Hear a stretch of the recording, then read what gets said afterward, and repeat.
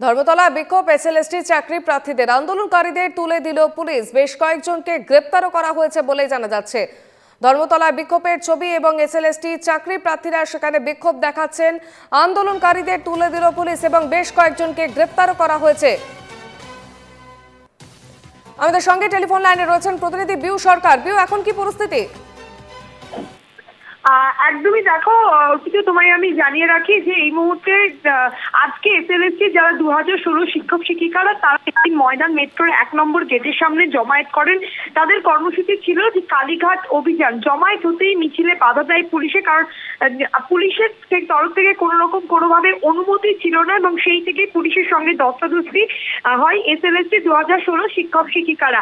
বেশ ডিসেম্বরের শুরু থেকেই দেখা যায় যে প্রায় ডিসেম্বরের মাঝামাঝি সময় থেকে এসএলএসটি 2016 শিক্ষক শিক্ষিকারা তারা প্রথমে তারা মিছিল করে এসে রানী রাসমণির কাছে বসতো। তারপর থেকে তারা ওয়াই চ্যানেলের কাছে পুলিশের অনুমতি নিয়ে তারা সেখানেই বসে, কিন্তু আজকে সেই অনুমতি তাদের বসার শেষ হয় এবং তারপরে তারা আজকে সিদ্ধান্ত নেয় যে কালীঘাট অভিযান করবে, মুখ্যমন্ত্রী মমতা বন্দ্যোপাধ্যায়ের সঙ্গে দেখা করবে। কারণ একদিকে আমরা দেখছি যে চলছে বিজিবিএস, সেখানে মুখ্যমন্ত্রী মমতা বন্দ্যোপাধ্যায় ব্যস্ত রয়েছে স্বাভাবিকভাবেই।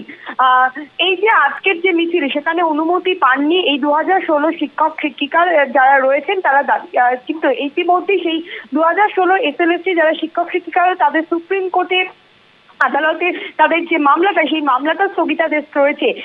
ফলে যে তাদের যে ভবিষ্যৎ নিয়ে অনিশ্চিত রয়েছে, সেখানে আজকেও রীতিমতো পুলিশের সঙ্গে ধস্তাধস্তি, তাদেরকে বেশ কয়েকজনকেও পুলিশ তাদেরকে আটক করে, তাদেরকে লালবাজারে নিয়ে যায় বলে জানা যাচ্ছে পুলিশ সূত্রে খবর।